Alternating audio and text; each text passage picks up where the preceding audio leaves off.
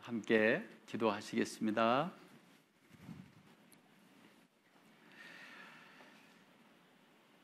오늘도 변함없는 하나님의 그 크신 사랑 안에서 또 저희들 함께 거룩한 교회에 모아주시고 우리의 마음과 발걸음을 인도해 주신 은혜에 감사를 드립니다.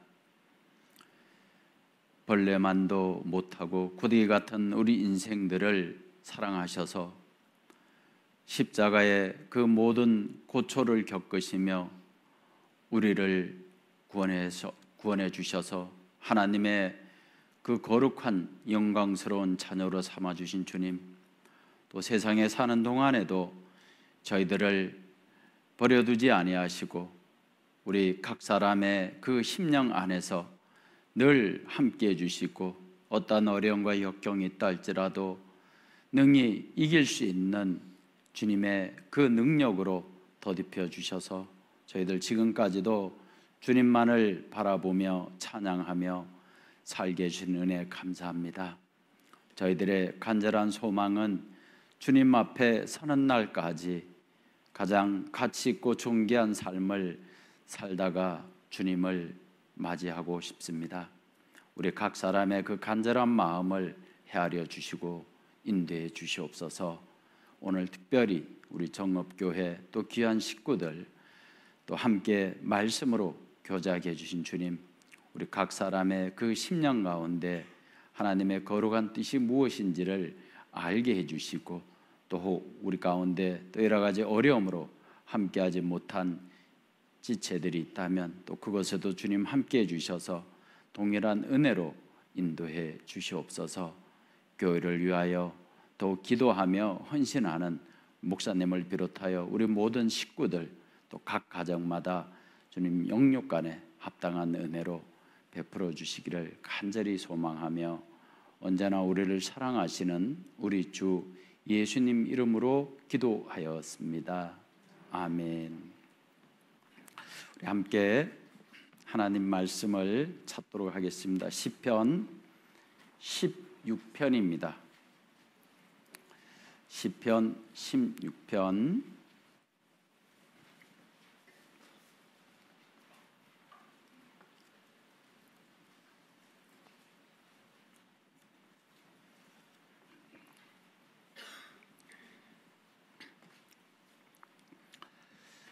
찾으셨으면 1절로 3절까지 함께 읽으시겠습니다. 하나님이여 나를 보호하소서. 내가 주께 피하나이다. 내가 여호와께 아뢰되 주는 나의 주시오니 주밖에는 나의 복이 없다 하였나이다. 땅에 있는 성도는 존귀한 자니 나의 모든 즐거움이 저희에게 있도다. 거기까지입니다. 지금 갈릴리 수양관에서 1차 학예 수양회가 진행되고 있습니다. 약 9,500분 정도 참석하셔서 말씀을 듣고 계십니다. 너무나 그 악조건 속에서 지금 진행되고 있습니다. 뉴스에 보셨겠지만 공주 쪽에 부여 또 세종, 청주 이쪽에 집중호우로 인해서 지금 많은 피해들이 발생하고 있습니다. 그런데 감사하게도 우리 공주 수양관은 그렇게 비가 많이 오고 했지만 큰 피해는 없습니다. 자자한 그런 어려움은 있지만 또 그럴 때마다 우리 형제 자매들의 그 헌신 속에 잘 진행되고 있습니다. 그래서 오늘 지금 이 시간 이제 가장 귀한 하나님의 복음이 증거되고 있습니다. 그래서 하나님의 그 은혜 가운데 많은 분들이 구원받을 수 있도록 함께 관심 가져주시고 함께 하시면 좋겠습니다. 우리 정읍교회도 2차 한 걸로 알고 있습니다. 이번 주 금요일부터 2차인데요. 그래도 조금 덜 고생할 것 같습니다. 2차 때는 그렇게 많은 비 예보가 아직까지 안 돼 있고 좀 날씨가 또 반대로 이제 또 무더울 것 같습니다. 그래서 그러나 그 어느 때보다 또 수양관의 여러 환경들이 이렇게 많이 좋아졌기 때문에 그 큰 어려움은 없을 거라고 이렇게 생각이 듭니다. 그래서 이렇게 간단하게 제가 또 수양관에서 교제하고 있기 때문에 이렇게 수양관 소식을 이렇게 잠깐 전해드렸습니다. 오늘 기도하는 가운데 어떤 말씀으로 우리 정읍교회 식구들과 하나님 말씀을 나눌까 하다가 시편 16편 1절로 3절 말씀을 정하게 됐습니다. 이 내용을 보면 사람이 이 땅에 살아가는 데 있어서도 지혜롭게 사는 사람들이 있고 또 어떤 무리는 미련하게 사는 사람들이 있습니다. 세상 사람들 가운데도 그렇습니다. 그러나 구원받은 그리스도인들이 이 땅에 태어나 살아가는 가운데 가장 소중하고 가장 중요한 것이 무엇인지를 우리는 알고 있습니다. 어떤 삶이 가장 가치 있고 어떤 삶이 가장 아름답고 존귀한지 알고 있기 때문에 좀 그것을 생각해 보자 합니다. 성경을 우리가 공부하고 묵상하는 가운데 많은 인물들이 등장합니다.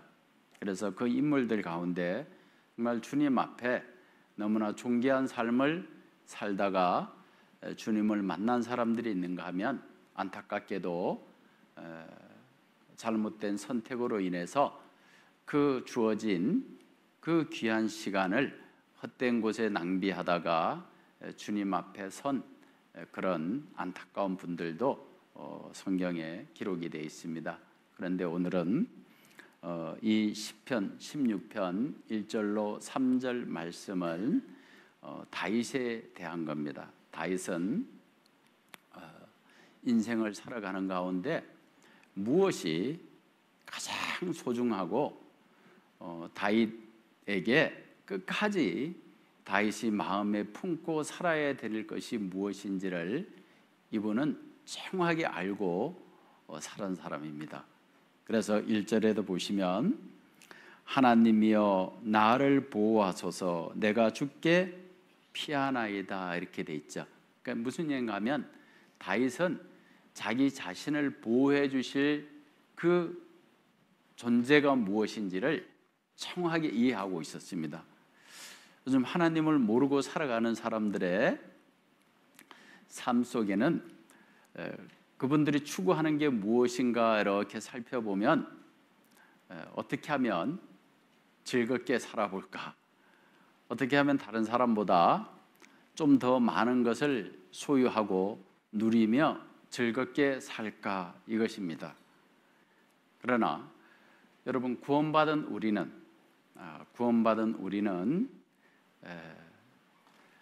무엇이 나에게 어떠한 삶이 나에게 가장 가치 있는지 가장 소중한지 우리는 알고 있습니다. 그렇지 않습니까?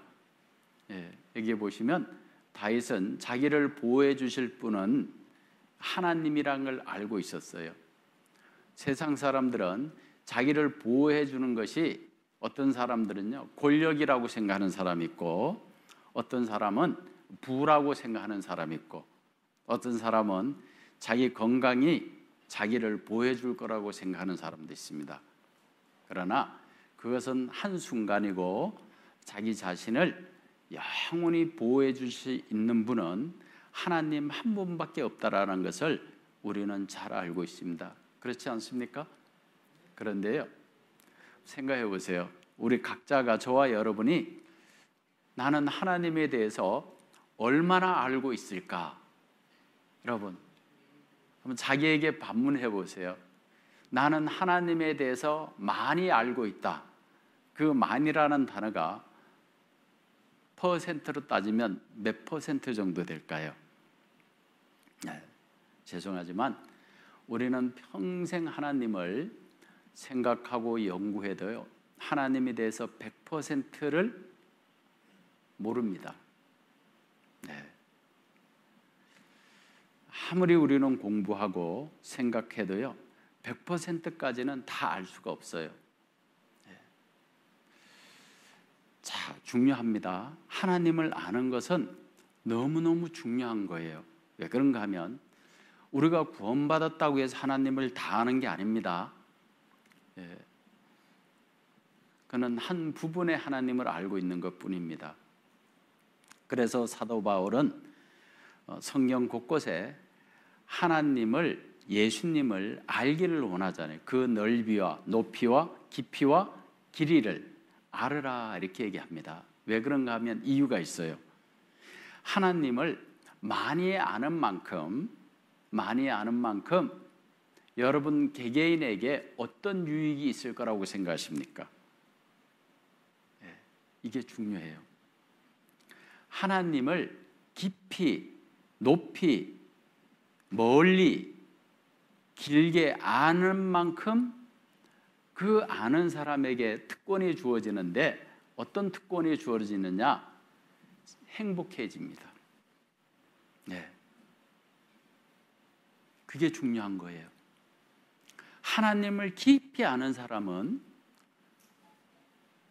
데살로니가 전서에 말씀하시는 대로 항상 기뻐하라 이렇게 돼 있죠. 항상 기뻐하라. 범사에 감사하라. 그게 이루어져요.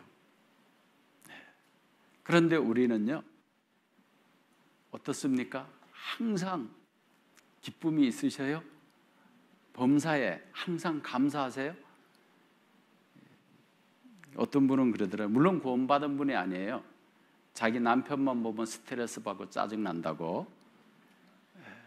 그런데 구원받은 분들은 그게 아니잖아요.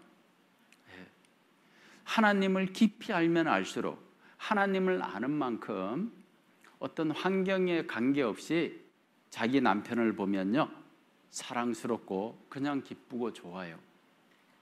오해하시면 안 됩니다. 잘해줘서가 아니에요. 네. 잘해줘서가 아닙니다. 그 속에 하나님이 계시고 또 그 남편이 통해서 그 남편을 만났기 때문에 지혜로운 분들은요, 물론 미혼 때 구원받고 결혼한 분들은 좀 차이가 있겠죠. 그러나 결혼한 이후에 구원받고 우리의 신앙이 깊어지고 하나님을 깊이 알게 되면 그 사람이 나에게 잘해주고 못해주고를 떠나서 그냥 좋은 겁니다. 상처받은 건 있지만, 실망스러운 것도 있지만, 그러나 원망하고 불평하지 않는다는 겁니다. 이게 놀라운 거예요. 그래서 하나님을 깊이 알면 알수록 내가 행복해진다. 내가 즐거워진다. 그런데 구원받은 분들이 보면 안타깝게도 간혹 마음에 기쁨과 즐거움과 이 감사함이 별로 없어요. 그 왜 그러냐? 여러 가지가 이유가 있는 것 같지만 하나님에 대해서 깊이 알지 못하기 때문에 그렇습니다. 네. 그게 원인이에요. 자, 여기 보시면 다윗은 정확하게 알았습니다. 하나님이 자기를 보호해 주시는 분이라는 것을. 그 다음에 두 번째 2절에 보시면 내가 여호와께 아뢰되 주는 나의 주시오니 주밖에는 나의 복이 없다 하였나이다 이렇게 돼 있죠. 자, 다윗은 하나님은 자기를 보호해 주실 뿐만 아니라 자기에게 복을 내려주시는 분이라는 것을 확실하게 믿고 있었습니다. 그래서 이 다윗의 쭉 삶을 보면 사울을 통해서 기름 부음을 받습니다. 그 기름 부음을 받은 이후에 기름 부음 받은 그 이후의 삶이 어떻습니까? 기름 부음을 받기 전의 삶과는 비교가 안 될 정도로 고난이 시작되는 거예요. 하나님은 그 다윗을 정말 하나님 쓰시기에 합당한 자로 만들기 위해서 사울이라는 그 사람을 통해서, 그 막대기를 통해서 다윗을 훈련시키기 시작했던 거예요. 죽을 고비를 여러 번 넘겼죠. 다윗은 사울에 대해서, 그 사울 왕에 대해서 조금도 나쁜 감정을 가진 적이 없습니다. 그런데 사울은 악한 그 감정을 가지고 어떻게든 다윗을 없애버리려고 합니다. 여러 번 죽을 고비를 넘겼어요. 그런데 어느 날 이 다윗이 사울을 죽일 수 있는 결정적인 환경이 만들어졌어요. 깊은 깜깜한 동굴 속에 다윗이 숨었습니다. 그런데 사울이 그 동굴에 들어와서 잠을 자고 있었어요. 얼마든지 죽일 수 있었습니다. 그런데 이 다윗은 그 사울을 죽이지 않았습니다. 단 옷깃만 베었죠. 그리고 사울에게 나는 당신을 사랑한다는 증거를 가지고 있었던 거예요. 왜? 오직 하나님만이 모든 것을 정죄하고 하나님만이 복을 주시는 분이라는 것을 다윗은 믿었기 때문에 자기 손을 통해서 피를 묻히지 않았던 겁니다. 자, 이제 세 번째 중요합니다. 세 번째는 다시 한번 읽겠습니다. 땅에 있는 성도는 존귀한 자니 나의 모든 즐거움이 저희에게 있도다. 여기 보시면 땅에 있는 성도는 존귀한 자다, 이렇게 정의를 하고 있습니다.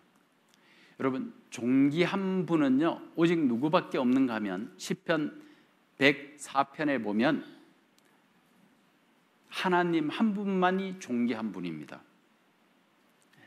그런데 그 하나님 한 분만이 존귀한 분인데 여기에는 땅에 있는 성도는 존귀한 자다, 이렇게 얘기합니다. 그러니까 구원받은 성도는 누구든지 구원을 받기만 하면 하나님 보실 때 존귀한 자로 봅니다. 한 분도 감동 안 하시네요. 여러분, 나를 존귀한 자로 보신다는 것이 얼마나 놀랍고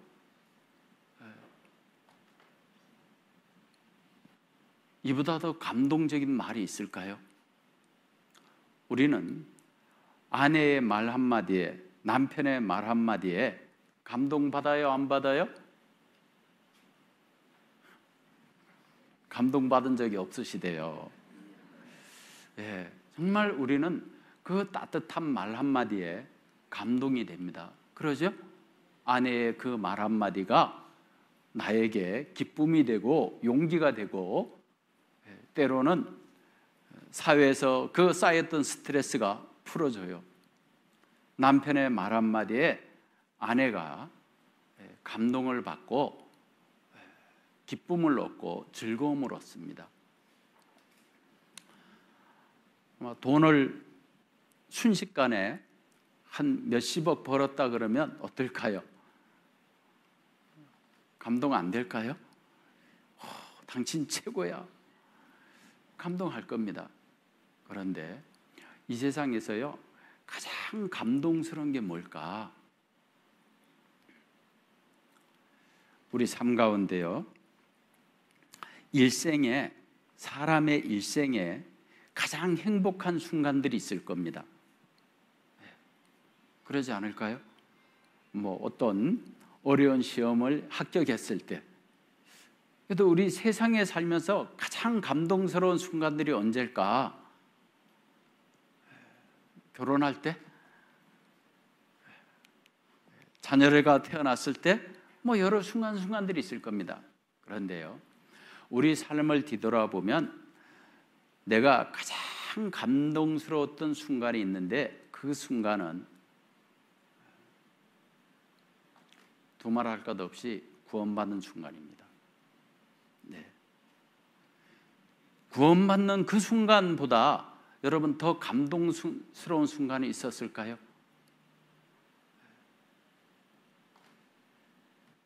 두 번째, 가장 감동스러운 순간이 또 있답니다. 언제일까요? 천국 가는 날입니다. 구원받은 순간, 그 순간과 내가 이 땅에 살다가 천국 들어가는 그 순간, 우리 인생은 가장 감동스러운 이 두 가지 일들이 있는 거예요. 수많은 기쁨과 즐거움과 감사함이 있지만, 여러분, 내가 구원받는 그 순간 저와 여러분의 신분은 존귀한 자로 바꿔지는 거잖아요. 그러니까 존귀한 자라는 것은 가장 귀하고 소중하고 가치 있다, 그 얘기입니다.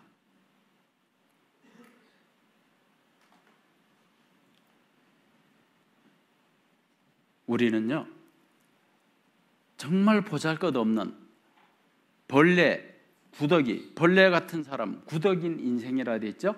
그 뜻은 뭐냐면 무가치한 존재였다, 그 얘기입니다. 그 무가치한 존재가 하나님을 알고 하나님의 그 십자가를 통해서 하나님의 사랑을 알게 됐고, 그 사랑을 알고 그 사랑을 우리 마음에 받아들이는 순간 하나님은 저와 여러분을 존귀한 자로, 에베소서 1장 3절에 보면 인을 치신 겁니다. 무슨 자로요? 존귀한 자로. 여러분, 세상에서도요, 높은 사람하고 같이 이렇게 다니면요, 어깨 쳐져서 다닌 사람 없더라고요. 네. 누가 봐도요, 그 본인들도 모르게 어깨에 힘이 쫙 들어가요. 공주에 제가 살면서요, 이제 지금 그 공주에 주관하는, 그 시를 주관하는 분이 시장님이시잖아요. 그 세 분의 시장을 쭉 이렇게 자주 이제 간혹 만나서 차도 마시고 그러는데요. 그 시장님이 되기 전에는 말 그대로 그냥 평범한 사람과 똑같아요. 그런데 시장이 되고 그 시장님을 따르는 사람들, 뭐 비서실이라든가 이분들도 보면 덩달아서 어깨에 힘이 들어가 있는 거예요. 왜 그럴까요? 그 권력이라는 것 때문에 자기도 모르게 자신감이 있는 겁니다. 그런데 잘 보십시오. 저와 여러분들은 하나님의, 그 존귀한 하나님의 아들인 거예요. 자녀인 거예요. 우리의 삶은 어떻습니까? 우리의 삶은 자신감이 있지 않습니까? 세상에 아무리 권력을 가진 사람이나 아무리 부를 가지고 살아가는 사람을 볼 때 우리는요, 그 사람들이 부러운 게 아니에요. 그 사람들이 부러운 게 아니고 밑에 리을자가 하나 더 들어가죠. 불쌍한 사람들로 보여요. 근데 만약에 여러분들 마음속에 그분들이 부러워 보인다면요, 지금 여러분들은 신앙에서 미끄러지고 있는 겁니다.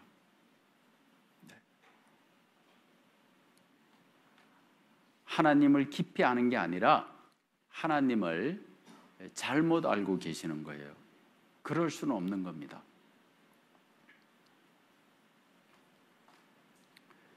자, 이 다윗이 시편 39편에 본 이 말씀을 합니다. 많은 사람들이 재물을 모으나 누가 취하는지 알지 못하나이다. 그러나 다윗의 마음은 그 재물에 대해서 부러워한 게 아니고요, 어떻게 봤죠? 주여, 내가 무엇을 바라리요? 나의 소망은 주께 있나이다. 이렇게 되어 있습니다. 나의 소망은 주께 있나이다. 이건 누구만 할 수 있는 거죠? 하나님을 깊이 알고 있는 사람들만 할 수 있는 고백입니다. 주여, 내가 무엇을 바라리요? 나의 소망은 주께 있나이다. 그래서요, 이 구원받은 사람은 모두가 존귀한 자입니다. 이제 저와 여러분은 존귀한 자로서 이 세상을 살아가고 있는 거예요. 맞지 않습니까? 그래서 성경에 존귀한 자의 삶이 어디에 기준을 두고 살아야 되는지를 기록하고 있는 겁니다. 자, 여기 기록 표시해 두시고요. 베드로전서 4장을 보시겠습니다.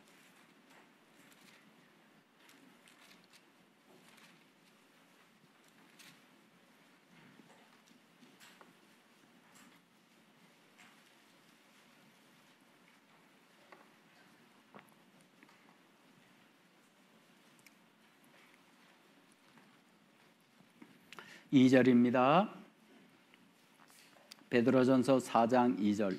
그 후로는 다시 사람의 정욕을 쫓지 않고 오직 하나님의 뜻을 쫓아 육체 남은 때를 살게 하려 함이라. 자, 그 후로는 이렇게 됐죠. 구원받은 이후부터는 그 얘기입니다. 구원받지 못했을 때는 우리는 세상의 정욕을 쫓아 살았어요. 어떻게 하면 다른 사람보다 더 많이 가질까? 어떻게 하면 다른 사람보다 더 좋은 집에 살아볼까? 다른 사람보다 더 즐겁게 살아볼까?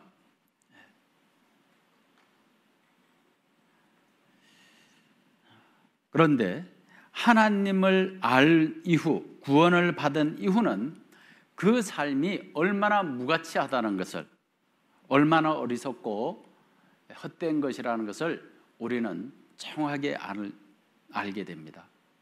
그러니까 사람이 새로운 삶을 찾는 거예요.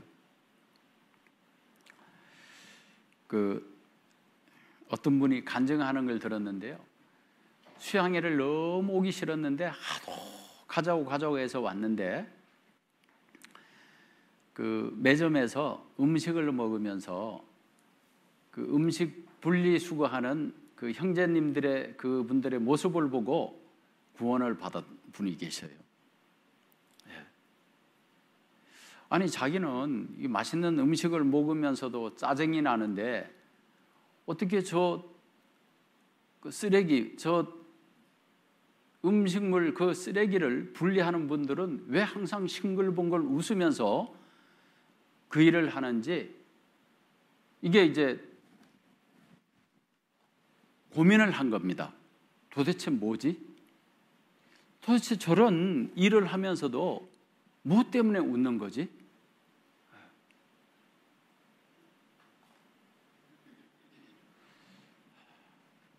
이게 뭡니까? 왜 그 사람들이 별로 가까이 하고 싶지 않은 그 다른 사람들이 먹다 남은 음식물 찌꺼기도 그것을 분리하면서도 왜 웃는 얼굴 할 수 있느냐 이겁니다. 그렇다고 누가 돈을 많이 주는 것도 아니고 자기 돈 들여서 거기 가서 그 일을 하면서 무엇 때문에 즐거워하느냐? 그것은 그 일이 보통 사람들이 볼 때는 별로 가치 없어 보이지만 그러나 하나님을 알고 있는 우리는 그 일이 얼마나 가치 있는지를 알기 때문에 그런 거예요. 그렇지 않습니까? 사람이 어떤 큰 대가를 받고 일을 하면 일이 힘들어도 힘들게 안 느껴진답니다.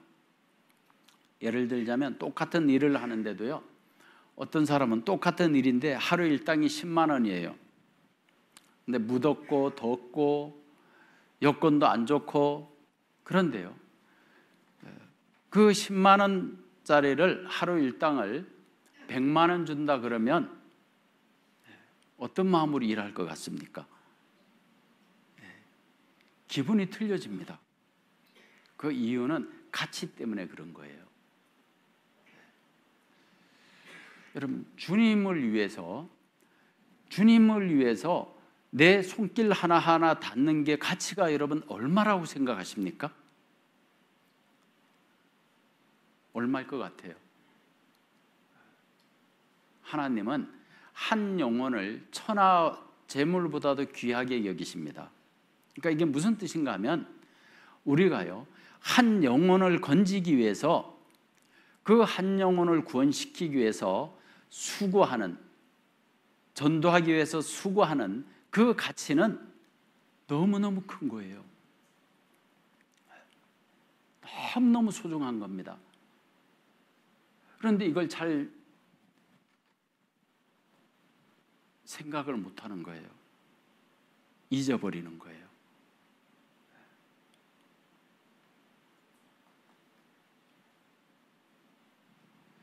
우리는 하나님을 알기 전에 오직 육체의 소욕을 따라서 살았습니다. 어떻게 하면 내가 좀 더 편할까? 어떻게 하면 저 사람을 이용해서 내가 좀 더 나은 삶을 살아볼까? 다른 사람을 자기 자신을 위해서 이용했습니다.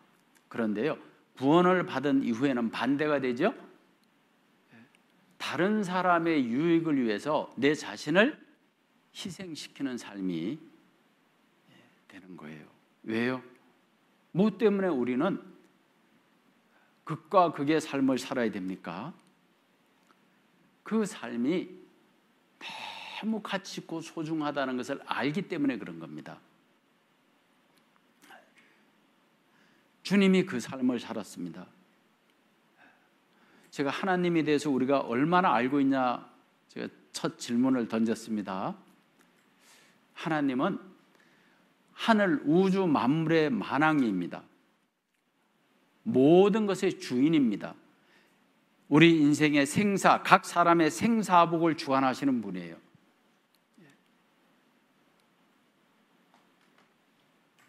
말씀 한마디면 무엇이든지 이루시는 분이 하나님이십니다. 그런데 그 하나님이 그 하늘 영광의 보좌를 두고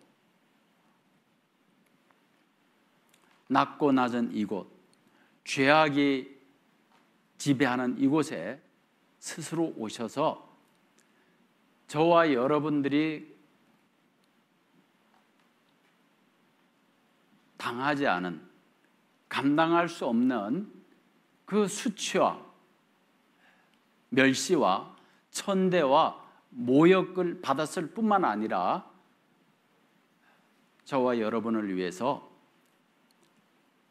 십자가에 희생되셨습니다. 그것이 정말 내 삶 가운데 내 마음속에 깊이 자리 잡고 있다면 우리는 그 주님을 존경하고 그 주님의 삶을 본받고 싶고 그 주님의 모습을 보면서 우리 자신은 부끄러워합니다. 그러지 않습니까?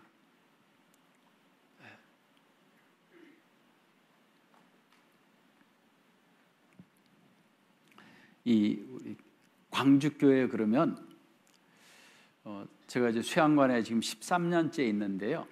그 수양회를 겪으면서 이 각 지역에 특색들이 있어요. 각 지역마다 어떤 신사적인 지역이 있고 좀 정말 막 그 터프하고 물불 안 가리고 뭐 어떤 일이든지 그냥 불 속에도 뛰어들 것 같은 그런 특색을 가진 분들이 있고 수도권에 사시는 분들은 좀 고상하시더라고요.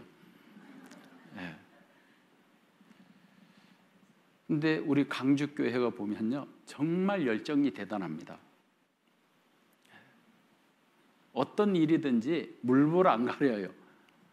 이번에도 그 비가 오고 이 수양관은 워낙 넓기 때문에 이게 산에서 내려오는 또랑이라 그래야 되나요? 계곡들이 있는데 거기마다 이제 흉관들이 묻혀 있습니다. 그 물을 통과시키려고. 그런데 갑자기 비가 많이 오니까 막 이 토사들이 물면서 그게 이제 막혀버려요.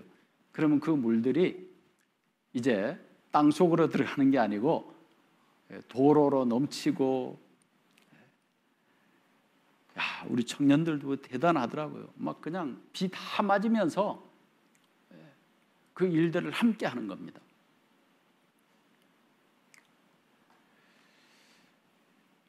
왜 하나님께서 하계 수양회 때 그 많은 분들이 구원받게 할까? 우리는 그 답을 알고 있습니다. 이유는 희생하기 때문에 그런 거예요. 얼마나 많이 희생합니까? 그 준비하기 위해서 한 달 반 전부터 그 무더운 날씨에 땀 흘리면서 다치면서 그래도요 즐거운 마음으로 하는 거예요. 왜? 우리는 알았어요. 이제 남은 삶은 육체의 정욕을 쫓아 사는 게 아니라 오직 하나님의 뜻을 쫓아서 살아가기 때문에 왜 우리는 그 삶을 추구합니까? 그 삶이 너무나 존귀하고 너무나 가치 있고 너무나 아름답고 소중하다는 걸 알기 때문에 그런 거예요. 그 밑에 3절 같이 읽겠습니다. 너희가 음란과 정욕과 술 취함과 방탕과 연락과 무법한 우상 숭배를 하여 이방인의 뜻을 쫓아 행한 것이 지나간 때가 족하도다. 이게 우리의 과거의 삶이었습니다. 하나님을 알지 못할 때 과거의 삶은 정말 수치스럽고 부끄러운 삶이었다는 것을 우리는 잘 알고 있습니다. 그러나 하나님을 안 이후에는 우리의 삶이 완전히 바뀌어지잖아요. 존귀한 자의 삶은 첫 번째 구별된 삶입니다. 로마서 12장 말씀대로 너희는 이 세대를 본받지 말고 이렇게 돼 있는 거예요. 이 세대는 죄악이 충만한 세대입니다. 자칫 잘못하면요 우리 구원받은 그리스도인들도 그 죄악에 빠질 수가 있습니다.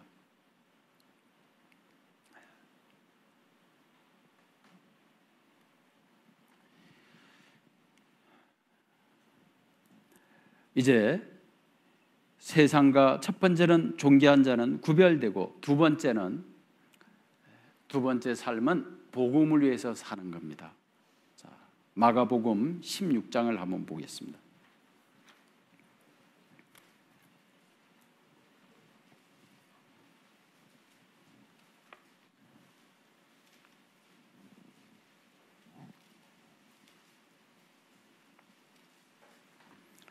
마가복음 16장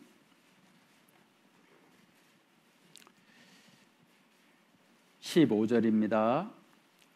15절 함께 읽겠습니다. 또 가라사대 너희는 온 천하에 다니며 만민에게 복음을 전파라.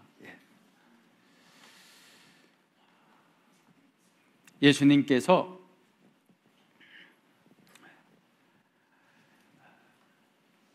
얘기하십니다. 제자들에게 너희는 온 천하에 다니며 만민에게 복음을 전파라. 그러니까 구원받은 그리스도의 삶은 첫 번째는 구별된 삶이고 두 번째는 복음을 전하는 삶인 거예요. 여러분 지금 우리 교회처럼 복음을 이렇게 활발하게 전하고 있는 기독교 단체들이 얼마나 될까요? 원래 우리나라 기독교인들이 얼마 전만 해도 약 1200만 명 정도 됐습니다. 지금은요 얼마나 줄었다고요? 얼마 전에 어떤 그 목회자가 발표한 걸 봤는데요 반토막으로 줄어버렸어요.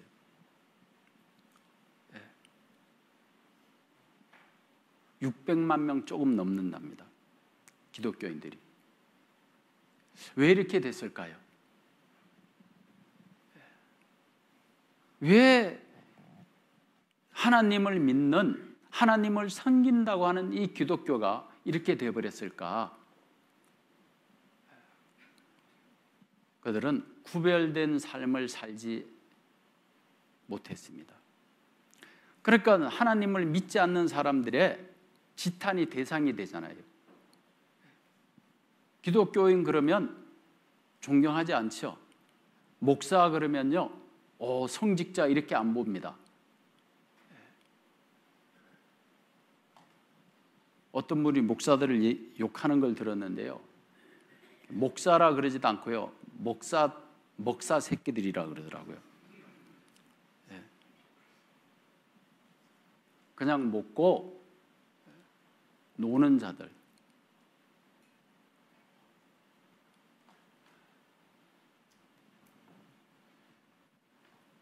우리는 정말 내 개인이 하나님 앞에 나는 어떤 지금 모습으로 살아가는가. 형체만 기독교인이 될 수 있습니다. 모습만 기독교인이에요. 중요한 것은 하나님은 우리 외모에 관심 없습니다. 하나님은 우리 마음에 관심 있는 거예요. 사람은 외모를 보거니와 나 여호와는 중심을 보느니라. 내 마음속에 주님을 정말 사랑하는 마음이 있느냐,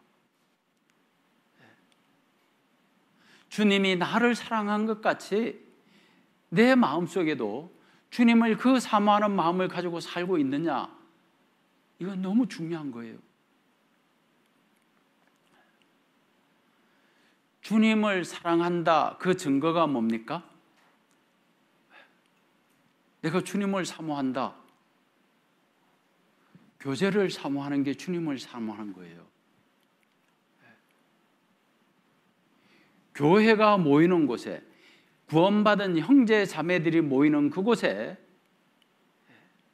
그곳을 그리워하고 그곳에 나도 함께 있고 싶어하고 거기서 나도 함께 동참하고 싶어하는 그 마음이 주님을 사모하는 겁니다.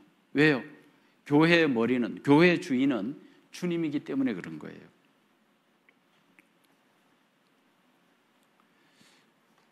이번 우리 정읍교회 2차인데 다 가시는 거죠? 네. 왜냐하면 교회가 옮기는 곳에 내가 그곳에 함께 해야 되잖아요. 그럴 수 있어요. 아이고, 지금 장마철인데 비가 많이 온다고 하는데 이거 농작물도 돌봐야 되고, 네? 그런 걱정이 있을 수 있습니다. 그러나 하나님은 우리의 중심을 보는 거예요. 하나님이 지켜주실 거라, 하나님이 알아서 해주실 거라고, 그 하나님의 능력을, 하나님의 그 계획을 믿고 있는지 안 믿고 있는지. 몇 년 됐습니다. 그때 이제 축의 수양회였는데요, 해남에서 있었던 일이에요. 실질적인 겁니다. 이제 축의 수양회는 와야 되는데 이제 태풍이 올라온다고, 이제 그러니까 이제 두 분이 계셨는데 두 분이 똑같이 농사를 짓는 분이었어요. 근데 한 분은 구원받은 지가 얼마 안 됐고 한 분은 구원받은 지가 좀 오래되신 분이에요. 근데 이제 구원받은 지 오래되신 분이 태풍 때문에 춘계를 안 오셨고, 이제 구원받은 지 얼마 안 되신 분은 모든 것 주님에게 맡기고 춘계 수양에 참석을 하셨어요. 주님이 알아서 해주시겠지. 그리고 수양회로 오셨고, 이제 그 구원받은 지 좀 오래되신 분은 그래도 내가 할 일은 해야 돼. 어떻게 됐을까요? 태풍이 지나간 이후에. 제가 그때 그 교회 목사님 얘기를 들었어요. 그 지키겠다고 계신 그분 논에는 완전히 바람이 불어서 싹 쓸어버렸고, 그 주님을 믿고 그냥 수양과 축의 수양에 참석한 분 논은요 아무렇지도 않았어요.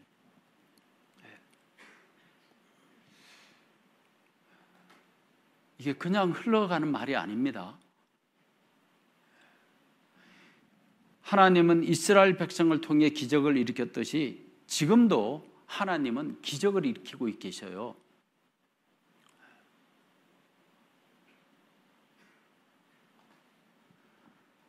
아니, 우리가 믿음이 있다면, 그래 1년 농사를 망친다 할지라도 그 주님이 역사하시는 곳에 내가 함께 한다면, 농사를 망친다 할지라도 그것이 헛되질까요? 주님 앞에 가면 주님은 손해보시는 분이 아니에요. 우리에게 어떤 아픔과 괴로움과 상처를 주시는 분이 아닙니다. 뭐 할까요? 갚아주신다고요. 보상을 해주셔요. 자, 우리가 하나님을 많이 안다고 하지 한번 생각해 보겠습니다. 여러분, 하나님은 나에게 뭐를 많이 주시던가요? 네? 나는 하나님에게 느끼는 게 이런 거다 아마 있을 거예요. 혹시 이런 건 아닙니까? 왜 하나님은 나에게 힘든 것만, 왜 나에게 이렇게 어렵게만 하시지? 왜 나에게 하나님은 이렇게 괴로운 것만 주시지? 왜 나의 삶 속에 이런 괴로운 일들만 있게 하시지? 혹시 그런 걸 마음에 많이 두고 계십니까? 그렇다면 하나님을 잘못 알고 계시는 거예요. 잘 보십시오. 하나님에 대해서 우리가 깊이 알아가면은 뭘 느끼는가 하면, 여러분, 감동을 느낀다는 거 아십니까? 감동하게 되어 있습니다. 내가 어떤 슬픈 일을 내가 당해도요, 거기서 감동하게 되어 있습니다. 정말 괴롭고 고달픈 일을 겪게 돼도 자세히 하나님을 발견하게 되고 그 하나님을 뜻을 알게 되면 감동하게 되어 있다니까요.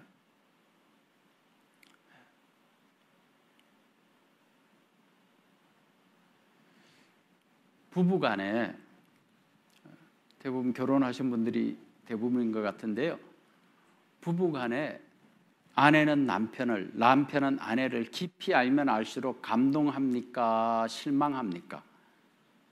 후안이 들어와서 그냥 웃기만 하고 계시는데, 사람은요, 죄송하지만 깊이 알면 알수록 실망하게 돼 있습니다.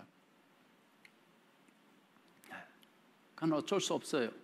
왜? 우리는 너무 연약하고 부족하기 때문에 그렇습니다. 그런데요, 하나님을 깊이 알면 알수록 감동을 안 할 수가 없습니다.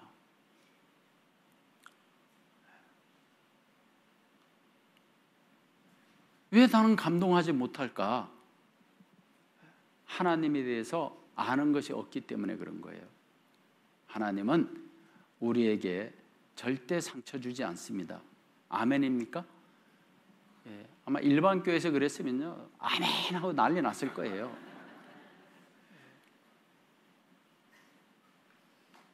그걸 아셔야 됩니다.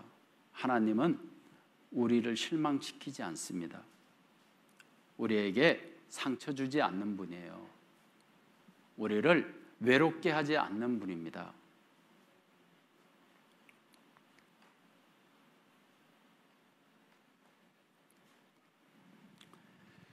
하나님은 저와 여러분을 향해서 얼마나 기뻐하셨을까?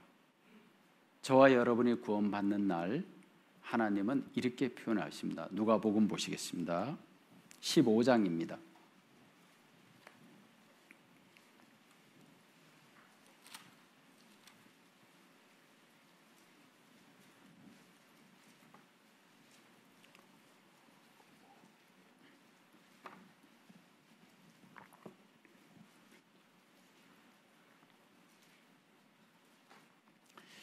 누가복음 15장 7절 같이 읽겠습니다.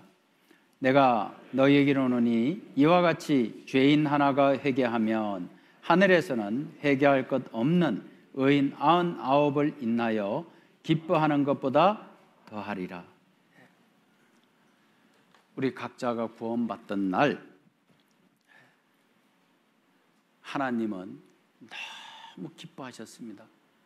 의인 99보다가도 그 한 사람이 새 생명을 얻을 때, 구원받을 때 하나님은 너무너무 기뻐하셨던 거예요.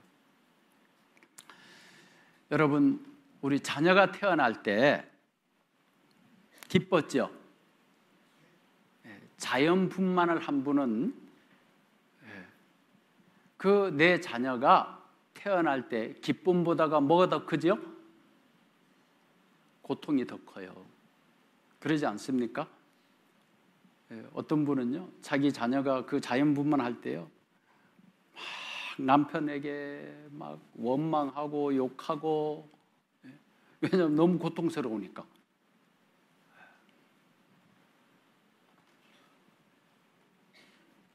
자식이 태어날 때 그 어머니는 엄청나게 고통스러워했습니다. 우리는 예수님의 그 거룩하신 보혈을 통해서 우리는 구원받는 그날 주님은 뭐 했다고요? 기뻐하셨어요. 너무너무 기뻐했습니다. 여러분, 우리가 세상에 살면서 부모가 제일 기뻐할 때가 언제일까 한번 생각해 봤어요.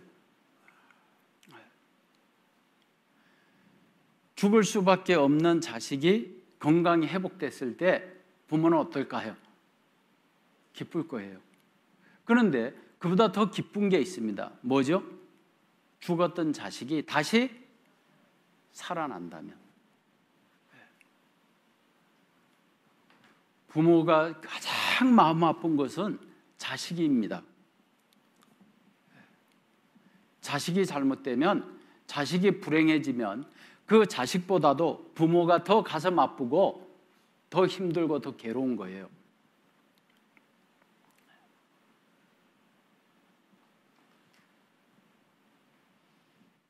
저와 여러분이 구원받을 때 하나님은 너무 기뻐하신 거예요. 왜? 존귀한 자가 됐으니까. 너무나 소중하고 가치 있는 존재로 바뀐 거예요. 무가치한 존재에서 너무나 소중한, 너무나 가치 있는 존재로 바뀌었기 때문에 주님은 기뻐하셨던 겁니다.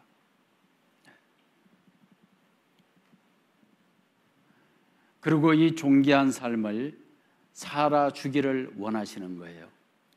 이 사실을 모르고 살아가는 사람들에게 이 사실을 알려주기를 원하는 겁니다.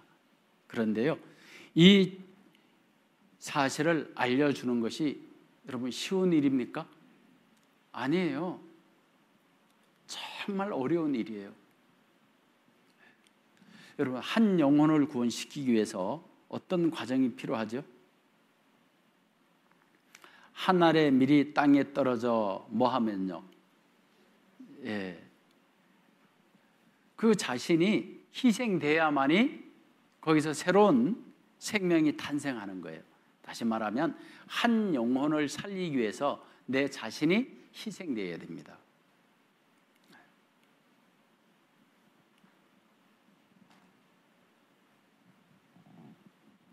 그래서 이 얘기하신 거예요. 디모데 후서 1장을 보시겠습니다.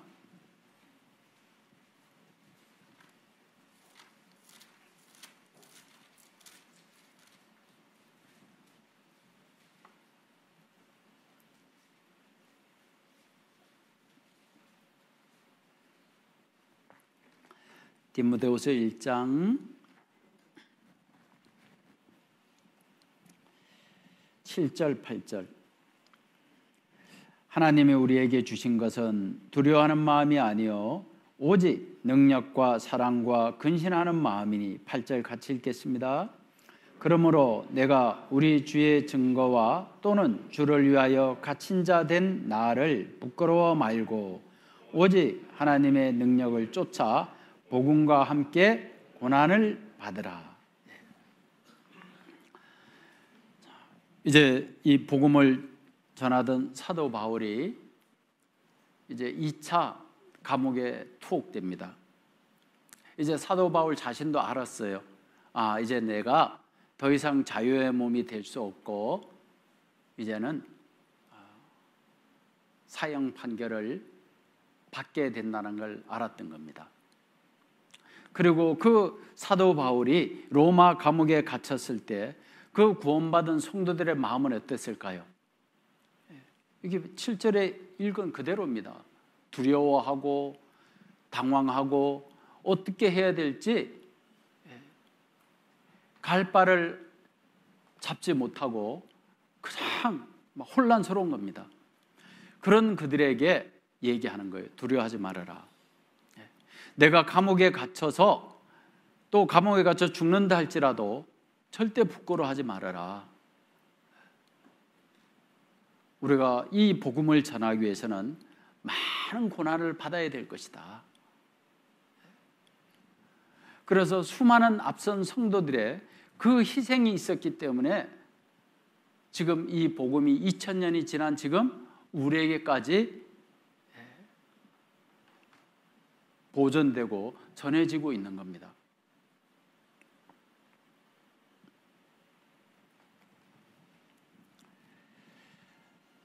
부끄러워 말고 그랬죠. 오직 하나님의 능력을 쫓아 복음과 함께 고난을 받으라. 복음과 함께 고난이죠.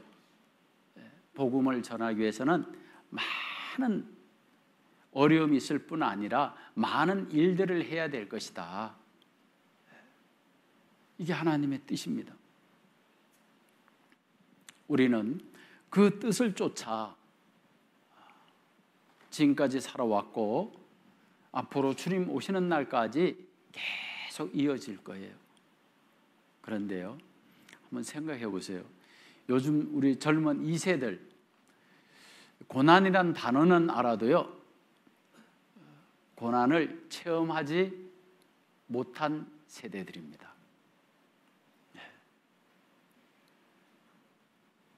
그래서 이 고난이라는 것을 체험하며 살았어야 되는데요, 체험하며 살지 못했기 때문에 어려움이 있고 정말 힘든 일이 있으면 극복을 하려고 해야 되는데 극복하지 않고 뭐 합니까? 가장 쉬운 방법을 선택해 버려요. 여러분, 가장 쉬운 방법이 뭐예요? 포기입니다.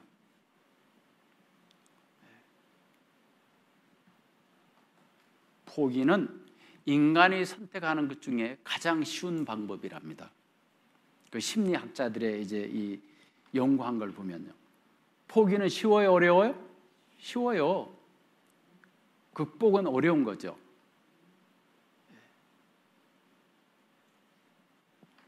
그래서 스스로 삶을 포기하고, 아니면 좀만 힘들면 직장도 포기하고. 근데 어느 교회 설교를 갔는데 그 이제 원호하시는 그 형제님인데요, 젊은 친구들이 있다가 분명히 오전에 일했는데 오후에 보니 없어졌어요. 전화했대요. 그랬더니 저 그만뒀습니다 그러더래요. 그냥 자기 마음에 좀 안 들고 조금만 힘들고 그러면 그냥 놔버리는 거예요.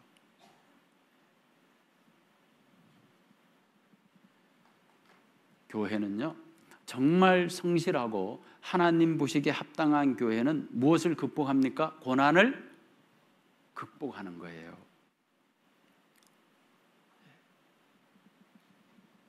교회 안에서뿐만 아니라 부부 간에도 어려움이 있을 수 있습니다. 구원을 받아도 너무 안 맞을 수 있어요.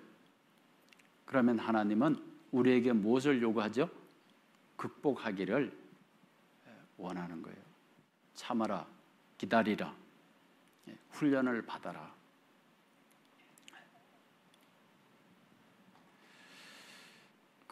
특히 체육하는 분들을 보면은요, 우리 신앙생활에 많은 교훈을 얻을 수 있습니다.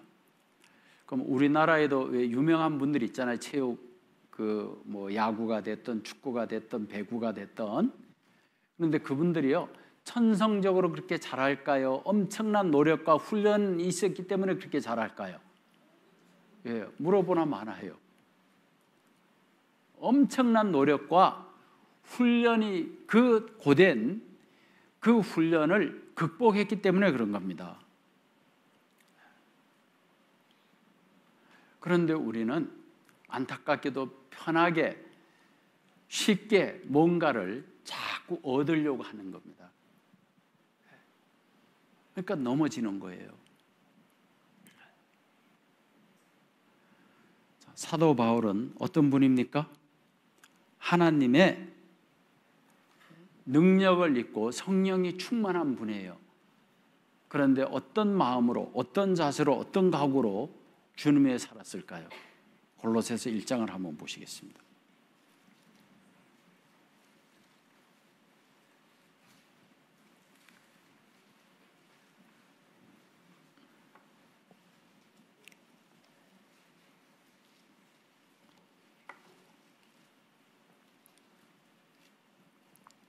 29절입니다.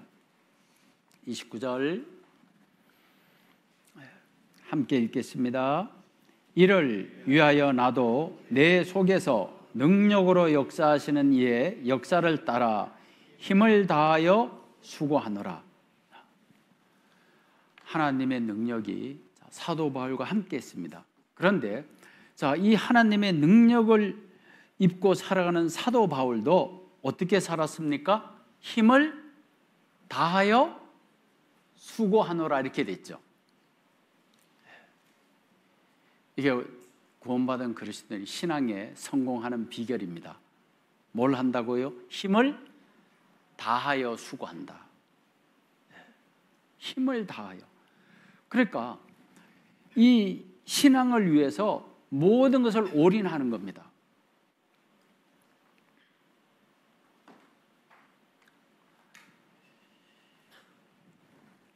모든 것을 마음과 그 지혜와 자기가 가지고 있는 지식, 자기가 가지고 있는 그 어떤 기술, 오직 복음을 위해서, 교회를 위해서 모든 걸 투자한다 그 얘기입니다.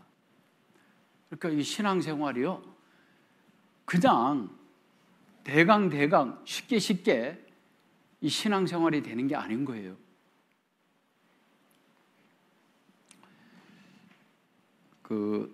이 어떤 건물을 하나 짓지 않습니까? 이 건물을 짓는 거에 대해서도 뭐가 필요하죠? 거기에는요, 많은 지혜가 필요한 거예요. 땅은 있는데 이 건물을 지을 수 있는 어떤 조건인지, 또 그 조건이 맞으면 건물을 짓기 위해서는 뭘 해야 됩니까? 설계도가 있어야 돼요. 그리고 그걸 시공할 때는요, 이게 설계대로 시공되는지를요 관리 감독해야 됩니다. 안 그러면 부실 시공이 되는 거예요. 자, 보십시오. 우리가 세상에서 어떤 건물, 어떤 일을 하나 하는 것도 정성을 들여서 하지 않으면 문제가 생길 수 있습니다. 그런데요, 신앙생활은 그것보다 더 중요합니다.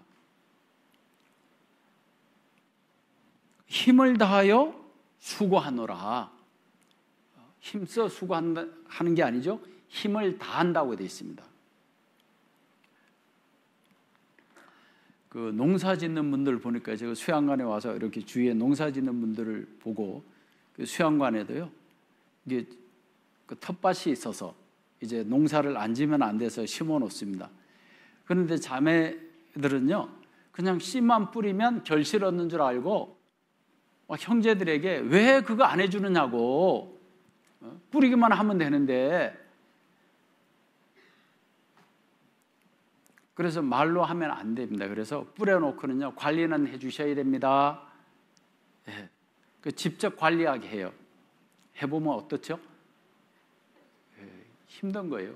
풀 뽑으면 비 몇 번만 오면 풀이 곡식보다 더 빨리 자라고, 예, 풀만 뽑아서 되는 게 아니죠. 병충해, 농약도 쳐야 돼요. 또 거름도 줘야 돼요. 또 아무 거름이나 줘서는 안 되죠. 한번 봤더니 요소만 잔뜩 갖다 줬어요. 크기는 잘 크는데 조금 바람 부니까 다 쓰러져 버리는 거예요. 제가 그걸 보면서요, 교훈이 되는 거예요. 야, 우리 신앙생활이라는 것이 정말 저렇게 농사를, 어떤 곡식을 가꾸듯이 우리의 마음을 정말 잘 가꿔야만이 신앙생활이 하나님 모시기에 합당하게 신앙생활을 할 수 있겠구나.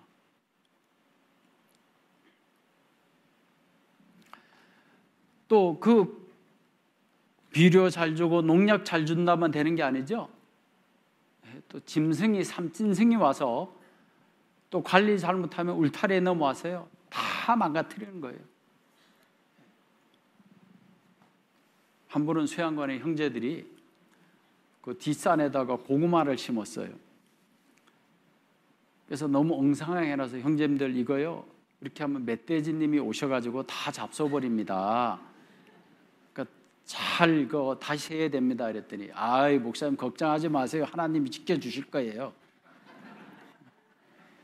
학예 수양회 끝나고 가보니까요, 그렇게 알뜰히 잘 잡수고 가셨어요.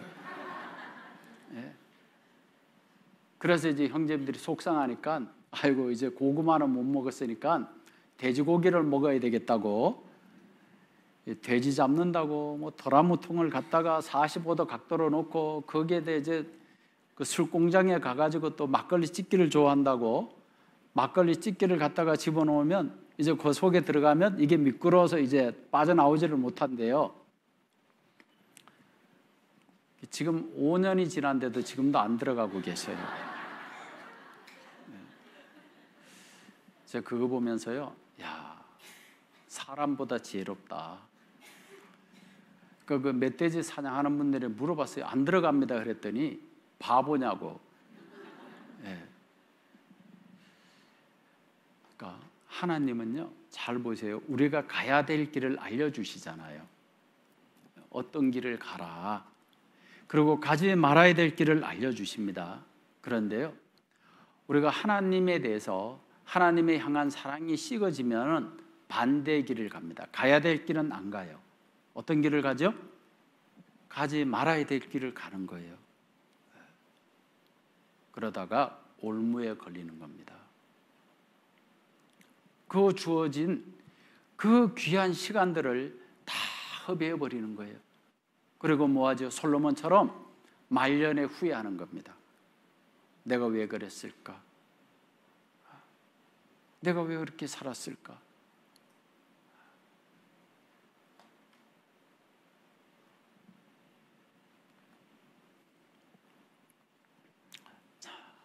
이제 하나님은 우리에게 얘기하십니다. 저와 여러분이 끝까지 지켜야 될 게 있어요. 존귀한 자로서 끝까지 지켜야 될 게 있는데 그 끝까지 지켜야 될 게 뭡니까? 디모데후서 4장을 가시겠습니다.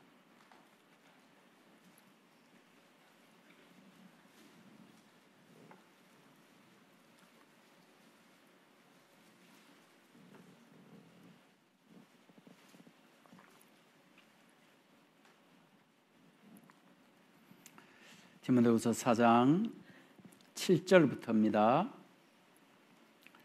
7절 같이 읽겠습니다. 내가 선한 싸움을 싸우고 나의 달려갈 길을 마치고 믿음을 지켰으니, 잘 보십시오. 내가 선한 싸움을 싸우고 이렇게 돼 있죠. 그러니까 가장 선한 삶이 뭐냐?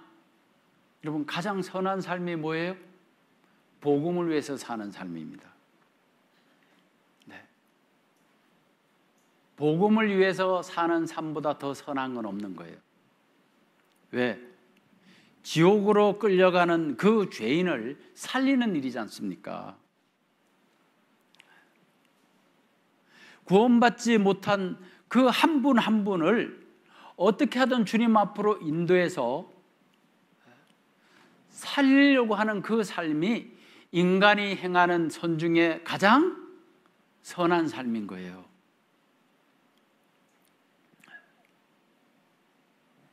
사도 바울이 그랬잖아요. 내가 선한 싸움을 싸우고 나의 달려갈 길을 마치고, 그 다음에 뭐죠? 믿음을 지켰으니 돼 있죠. 구원받은 그리스도인들이 끝까지 지켜야 될 것이 있는데 그것이 뭐라고요? 믿음입니다. 다시 말하면 신앙인 거예요. 신앙생활입니다. 이것보다 더 소중한 건 없는 거예요. 믿음을 지켰으니, 다시 말하면 내가 죽는 날까지 어디 안에서요? 교회 안에서 함께 구원받은 이 귀한 식구들이랑 함께 살다가 죽는다면, 그것이 요한계시록 14장 3절에 보면 뭐라고 기록되어 있죠? 주 안에 죽는 자들이 복이 있도다, 이렇게 되어 있는 거예요. 맞습니까? 아닙니까? 네. 우리는요, 구원받고 이 땅에 살아가는 삶 가운데요, 교제를 떠나고 싶을 때가 있겠습니까? 없겠습니까? 한두 번이 아니에요. 여러 번 있습니다. 여러 가지 이유가 있어요. 그러나 떠나면 불행하게 되는 거예요. 떠나면 반드시 후회하게 되는 겁니다. 믿음을 지켰으니 돼 있죠? 이게 중요한 겁니다. 주님은 우리를 위해서 당신이 이 땅에 온 목적을 이루셨어요. 뭐 하면서요? 희생하셔서. 이제 우리가 할 것은 믿음을 지키는 겁니다. 그렇게 할 수 있어요? 없어요? 얼마든지 있습니다. 그래서 이 얘기하시는 거예요. 시편 84편 보시겠습니다.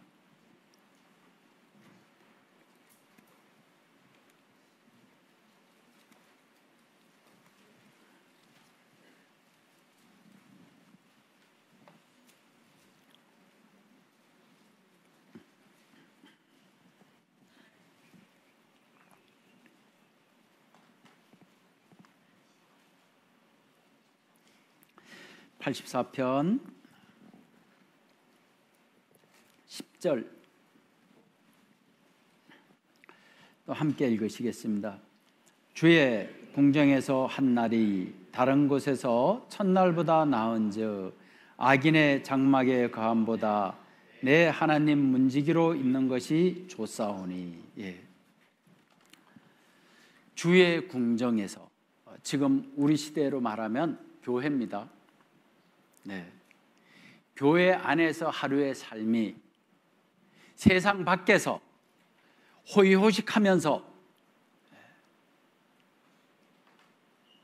온갖 즐거움을 누리는 그 삶의 첫날보다가 교회 안에서 하루의 삶이 더 가치 있다라는 겁니다.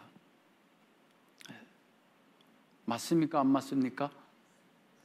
어떤 분 나 잘 모르겠는데 맞아요. 주의 궁정에서 한 날이, 교회 안에서 한 날이. 우리가 전도 집회할 때요, 안내를 쓰신다든가 주방에서 일을 한다든가 아니면 차량 봉사를 하신다든가 우리 육체는 피곤할 수 있어요. 때로는 상처받을 수도 있어요. 어떨 땐 그러죠. 그 수양회도 보면 우리 수양관에 이제 그 교제하는 분이 한 30분 돼요. 수양관에서 전무하는 분들이 한 10분 되고 그 이제 마을 분들이 한 20분 되거든요. 근데 이제 어르신들이 많아요. 그럼 수요일이든 주일이든 다 모시고 오고 모셔다 드리고 그래야 됩니다. 교통편이 없으니까. 근데 우리 형제들은 낮에 일하고 이제 막 수요일 같은 경우에는 씻지도 못하고 모시러 가고 그럴 때도 있어요. 그러다 보면 좀 늦을 수 있어요. 이제 어떤 분은 또 너무 늦게 왔다고 기다리게 했다고 이제 뭐라 그러시는 거예요. 그러면 그 봉사하는 형제는 상처가 될 거 아니에요. 그래도요, 상처라 생각하지 않아요. 너무 기다리게 해서 죄송하죠.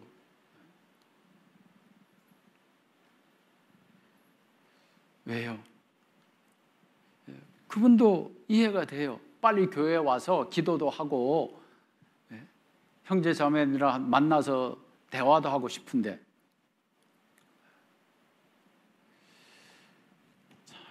어쨌든 보십시오. 주의 궁정에서 한 날이 다른 곳에서 첫날보다 나은즉 악인의 장막의 거함보다 내 하나님 문지기로 있는 것이 좋사오니. 이것은 분명한 사실입니다. 단 여러분들이 느끼지 못할 뿐이에요. 이렇게 사는 삶이 얼마나 소중하고 가치 있는지를 깨닫고 있지 못하는 것뿐입니다. 깨닫게 되면 교회 안에서 하루하루의 삶이 너무너무 가치 있다라는 것을 자기 스스로 알기 때문에 교제를요 벗어나고 싶지 않는 겁니다.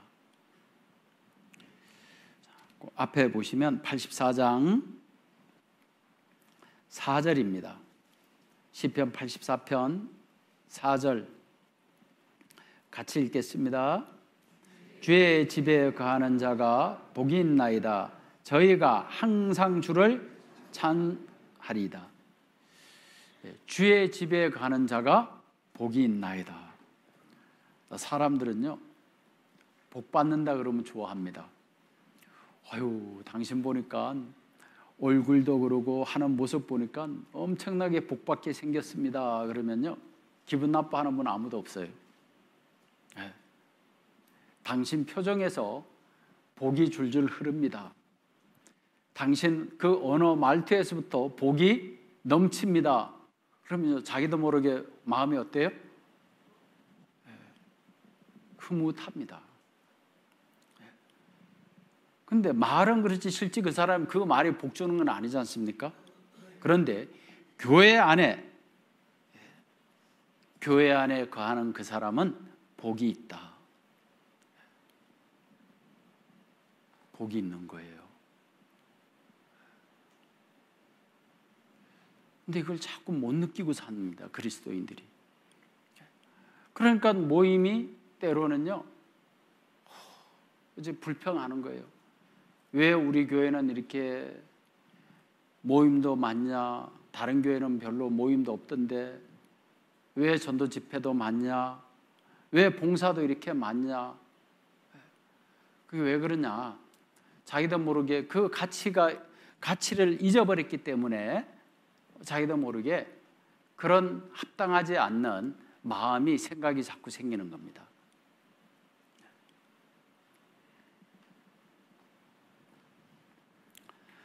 일당 1,000만 원만 준다 해봐요. 그렇게 줄 사람도 없겠지만 일당 1,000만 원 준다. 하루 일하면 1,000만 원 준다. 가요, 안 가요? 저 같으면요, 다른 일 다 제껴놓고 그래도 가요.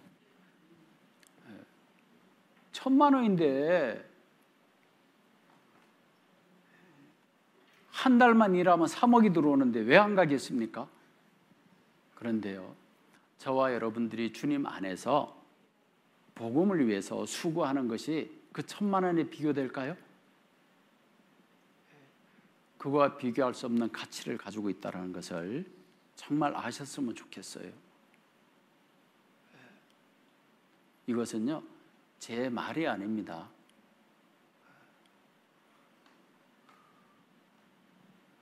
하나님이 그렇게 우리에게 말씀하고 계신 거예요.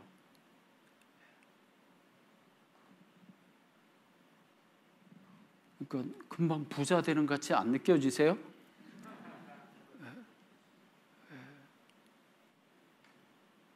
부자가 되는 거예요. 이번에 하계 수양에 아마 참석하셔서 봉사하실 겁니다. 돈으로 따지면 아마 몇십억짜리가 될 거예요. 그러지 않을까요? 몇십억짜리. 이래도 나는 못 가 그런 분이 있으면 어쩔 수 없죠. 예. 그리고요, 이 교제를 절대 떠나면 안 되는 게요, 우리 룻기를 읽다 보면 룻기 1장에 엘리메섹과 나오미가 나옵니다. 다 기억하시죠? 이 엘리메섹과 나오미가 그 지역에 흉년이 들어요. 예. 흉년이 듭니다. 베들레헴에 흉년이 드니까 이제 그 흉년을 피해서 떠나버려요. 그런데 그 1장을 잘 읽어보시면요, 정말 먹고 살기가 어려워서 진짜 굶주려서 떠난 게 아니라는 걸 알고 있습니다. 어떻게 떠났죠? 많은 재물을 가지고 떠났다고 되어 있어요. 그리고 그 많은 재물을 가지고 그 흉년이 들었다는 그 이유 하나로 떠나서요, 몇 년 만에 완전히 망합니까? 10년이에요. 10년 만에 두 아들 죽고 남편 죽고 그 많던 재물도 다 없어졌어요.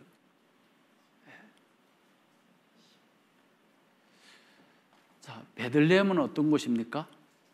베들레헴의 뜻이 뭐예요? 떡집이잖아요. 떡집. 그 베들레헴에 누가 태어나셨습니까? 예수님이 태어나셨어요. 그게 뭐냐면 생명을 주는 곳이다, 그 얘기예요. 교회는 어떤 곳입니까? 나에게 생명을 주셨고 나를 잘 성장할 수 있도록 성장시키는 곳이 교회예요. 뭘 통해서입니까? 고난을 통해서.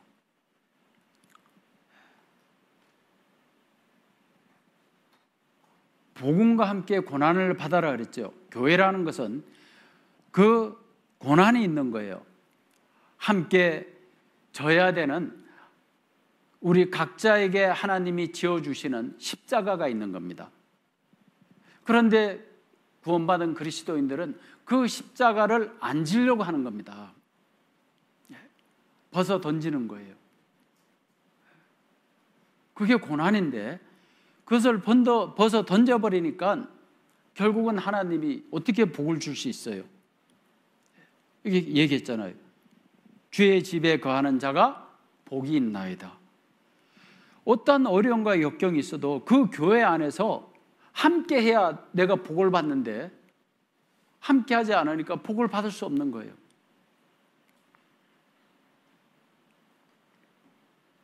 제가 오래전 일이라 말씀드리는데 이런 말씀을 드려서 죄송한데요. 제가 서울 수도권에서 구원받고 모 교회에서 신앙생활을 하는데요. 그 두 부부가 찬양대에서 봉사했어요. 찬양 목소리도 예쁘고 정말 열심히 봉사를 했는데 이제 몇 년 후에 제가 이제 그 교회가 분가되고 이제 다른 교회에서 교제를 하고 이제 오랜 시간이 지나서 유수회를 잠깐 보게 됐는데요. 그 유수를 보고 깜짝 놀란 거예요.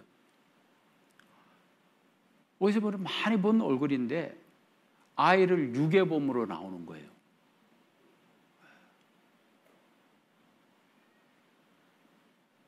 교제를 떠나서요. 너무 막 빚 때문에 어려움을 겪고 이제 그러다 보니까 잘못 선택한 겁니다. 아이를 유괴해가지고 그 부모에게 돈을 요구하다 붙잡혔는데 그때 한때 같이 교제 안에서 봉사했던 그 형제 자매인 거예요. 제가 그때 너무 큰 충격을 받았어요. 모르겠어요. 그분이 진짜 구원받은지 안 받은지 모르겠지만 야, 구원받은 사람도 교제를 떠나니까 저렇게까지 될 수 있구나. 그때 제 스스로야, 무슨 일이 있어도 교제는 떠나면 안 된다.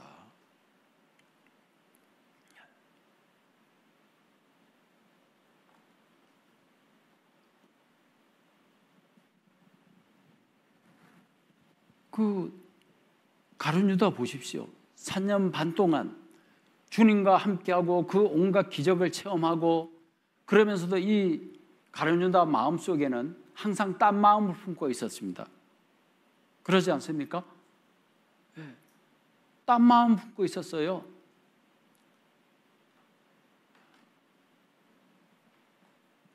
그 주님을 팔아버립니다.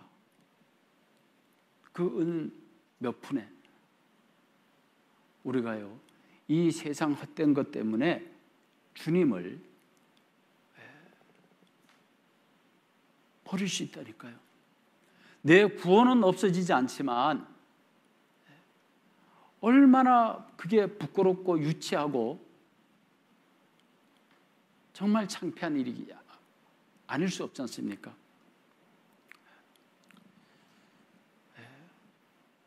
이제 정리합니다. 저와 여러분은 어떤 존재입니까? 존귀한 존재입니다. 정말 소중하고 가치 있는 분들이에요. 이제 그 삶은 바뀌어져야 되죠. 구별된 삶, 복음을 위해서 내 자신을 드리고 끝까지 마지막까지 내가 지켜야 될 것은 믿음입니다. 주님을 향한 그 믿음, 그것만 우리가 지키고 살다 주님 앞에 간다면 우리 모두는 사도 바울처럼 영광 가운데 함께하게 될 겁니다. 그리고 그 영광 가운데서 영원히 그 영광을 누리며 살게 됩니다. 같이 기도하시겠습니다. 하나님, 오늘도 부족한 저희들에게 하나님의 귀한 말씀을 통해서 하나님 보시기에 우리가 얼마나 존귀한 존재인지, 가치 없는 저희들을 존귀한 존재로 삼아주시고 또 이 땅의 삶 가운데 가장 소중하고 아름답고 가치 있는 삶을 살 수 있도록 이 몸된 교회 안에 거하게 해주신 것 감사합니다. 우리 정읍교회 지금까지도 하나님의 영광을 위해 살았고 또 주님 오시는 날까지 이 주위에 하나님을 알지 못하고 살아가시는 많은 분들에게 복음을 전할 수 있는 기회를 주시고 또 함께 해주신 것 감사합니다. 이제 2차 학예 수양에 우리 교회에서 전도하는 분들 그 기도를 들어주시고 한 분도 빠짐없이 모든 분들이 참석하여 구원을 받고 주님께 영광 돌리는 시간이 될 수 있도록 주님 도와주시옵소서. 또 우리 모든 식구들도 함께 기도하며 함께 봉사하며 귀한 시간이 될 수 있도록 주님 역사해 주시기를 간절히 원하오며 언제나 우리를 사랑하시는 우리 주 예수님 이름으로 기도하였습니다. 아멘.